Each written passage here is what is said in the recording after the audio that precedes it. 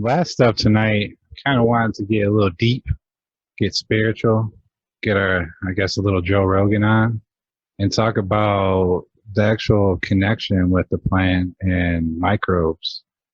For quite a few years, I've talked about this theory that I call the Skynet theory.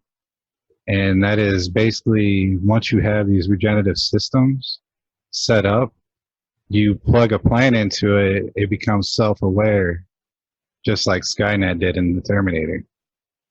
And in that process, I believe working with that soil continuously, those microbes actually become part of your microbiome, and you end up getting a connection with your plant, your system.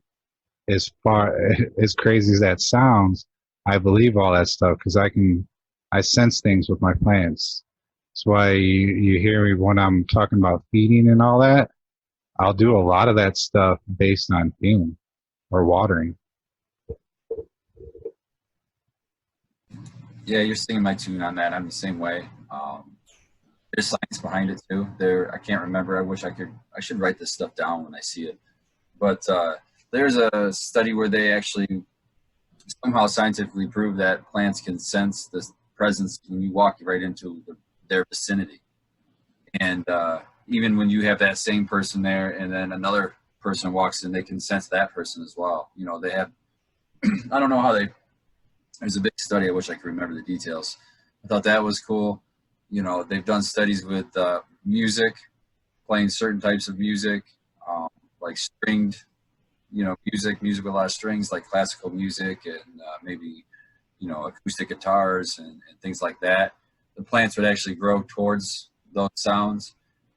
Like heavy metal, really loud, raging music, it would actually grow away from. There's frequencies where they've noticed, frequencies of sounds that you can play. They're at really high levels, though, that it's not practical to do in most people's settings, but would cause different changes in the plant. And hell, there's even been proof of the microbiology, when there's a microbe in the soil itself that when we get our hands in the soil and we get this microbe on us and it becomes our microbiology, it actually releases serotonin in your head. So it's almost like an antidepressant. So that's why they say that's the connection to why all the studies that show people that garden, tend to be less depressed than people who don't. So there is science behind a lot of those things that, like I was saying earlier, it's just the science proving what we already know. It's just cool to get the actual scientific answer. Yeah, man. No, there's a ton of that shit going on. It's all interconnected. Fungal networks will change the microbiology in soil that they grow into. One part of the network will react to something that's going on in the other part, and they grow right into your roots, man. So it's one big reactive system, and you're part of it. It's fucking excellent, And I just know that walking into that room and just the smell in the air, man, and when the girls are happy and they're just reaching up for the sky, it has an immediate impact on my mood. Like I'll swing in there like 10 times a day when I don't have to and just stare for a minute and just walk back out again and like go about my work,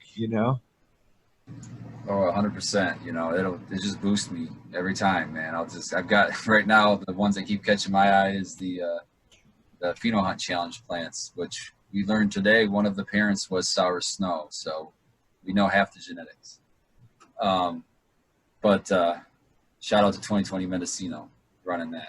But those plants, just like what you're saying, they're just like at the peak of health. They're early flower. They're just stretching hard and super fat stems on them. They're not really thinning out or anything. So just puts a big smile on my face. I mean, I'm in there super cropping them down already. I'm like, man, this is gonna be rough. And they're coming up the next day like nothing happened. Like they don't care. They just flexing their arms now. So wait for them to get a little taller and I'll just put another bend in, I guess. I don't know. But they're doing amazing right now. So it's making me happy.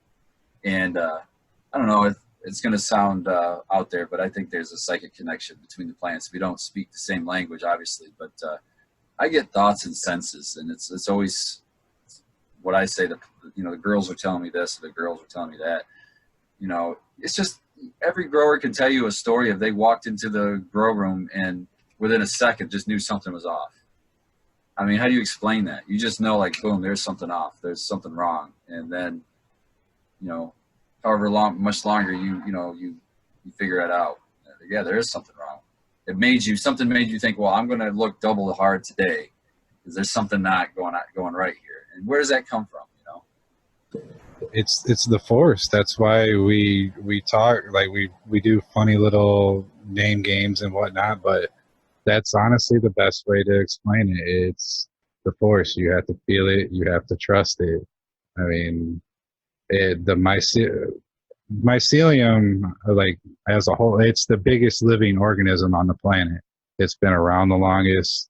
There's got to be some kind of central intelligence to that we're just not connecting to, that us as growers are just kind of now connecting to.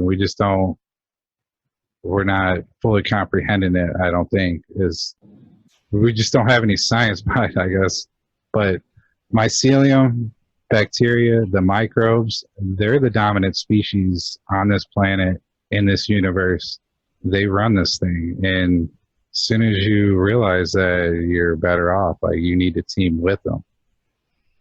Just like our buddy Jeff Lowenfeld's book, Teaming with Microbes. Yup. And I mean, it's different for us too, because like the final thing, like the final step in this thing's fucking life, I mean, I guess it's already dead, but the last thing it does is get cremated and vaporized and go straight to our fucking brains and have like a huge effect on like our thinking and our whole psychology, man. So yeah, I'd say that's a pretty fucking intimate connection. It's crazy because you're like pulling thoughts out of my head, because that's the next where I was going next. I was going to say, and I think partners especially, benefit from this connection because we smoke, and then when we consume this planet, kills our ego. We get out of our way and we're open to ideas like that. And we're open ourselves to, alternate thinking and, well, maybe just thinking, depending on who you talk to.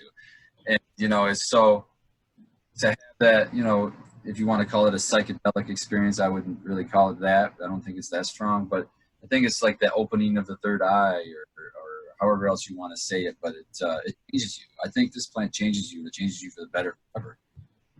And in that change, I think it opens a pathway of communication, even though we can't put it into words or maybe even explain it right. But I think there's a connection between the gardener and the plants. And, if you have a shitty person gardener, his plants will usually be shitty.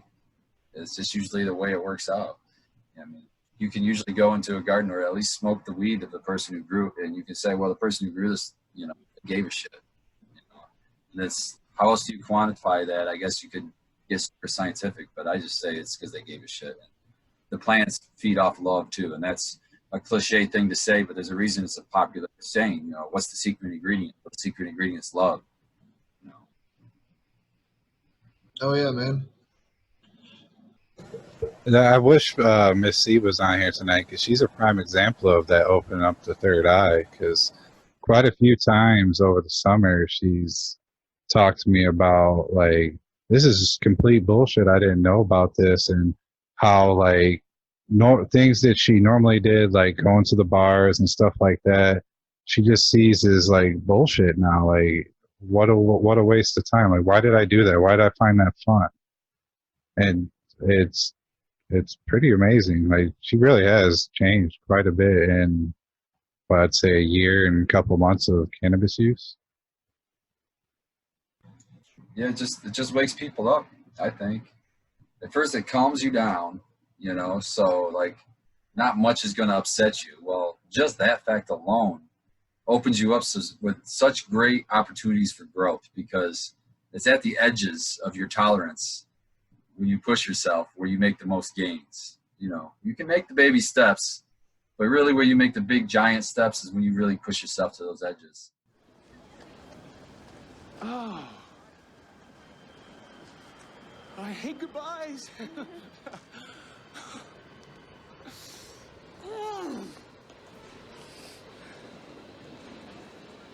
Lloyd.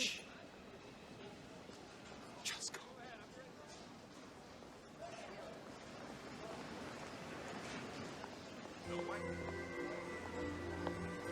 Damn button. Push the goddamn button. You heard what she said.